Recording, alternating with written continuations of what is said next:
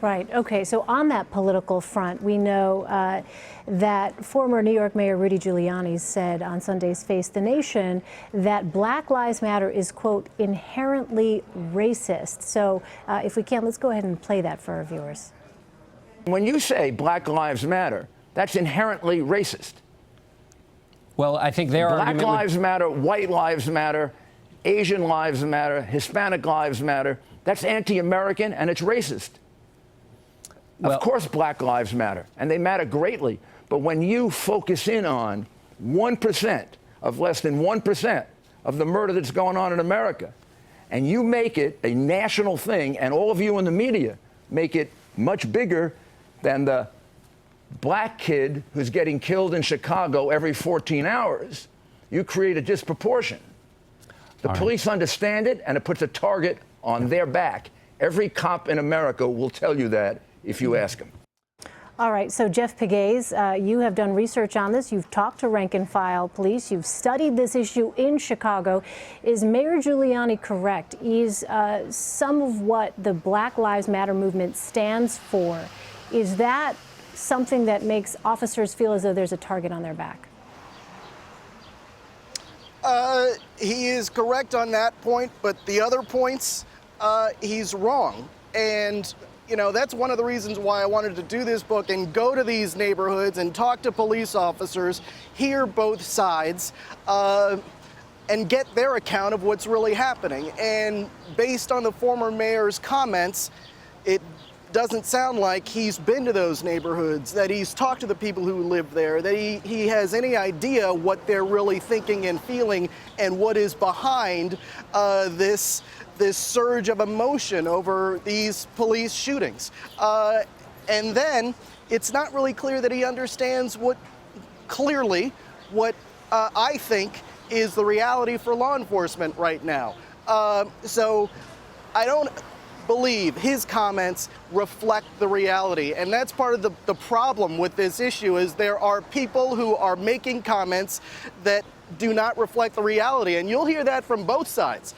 I've talked to police officers and police representatives who say that there are politicians who are making proposals for reform, and frankly, they have no idea what is really happening on the streets, and they're not willing to go to the streets to follow police officers to see the reality. And so you'll hear that from both sides, that there are people making comments sort of inflaming the tensions who frankly have not been to the neighborhoods, have not gotten an accurate picture of what's really going on the streets of this country. Khalil, I'm wondering what you make of Mayor Giuliani's comments.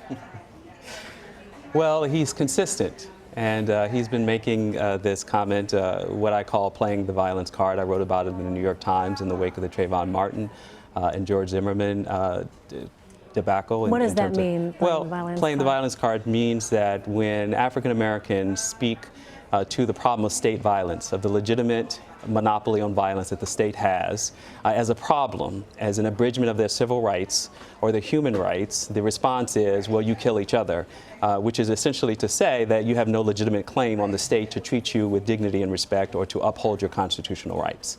So think about the analogy.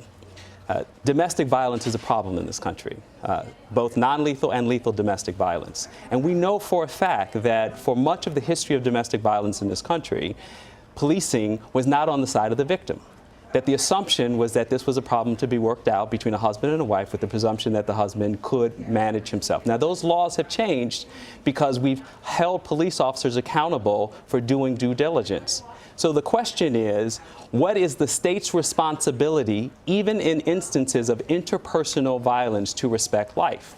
I'll give you a final example. Historically, when we saw levels of violence in white American, often urban communities for much of the early part of the 20th century, the response is not that the state nor the police have a responsibility to go in and help those communities. The response was to establish economic and social benefits that would incentivize people to feel better about themselves. This was called the Progressive Era and eventually led to the New Deal. So we have seen States and the federal government respond to premature death in white communities, even when it was done through intrapersonal violence at the domestic level and among whites, that right now is not happening. The real argument that Rudy Giuliani is making is a segregationist claim. So in the midst of Jim Crow and lynching, the argument for lynching was that, well, black people are a threat to society. We can't protect their rights until they behave themselves properly. It's the same argument. Until black people behave themselves properly, they're not entitled to the same constitutional protections and the quality of state response to their suffering as everybody else. All right.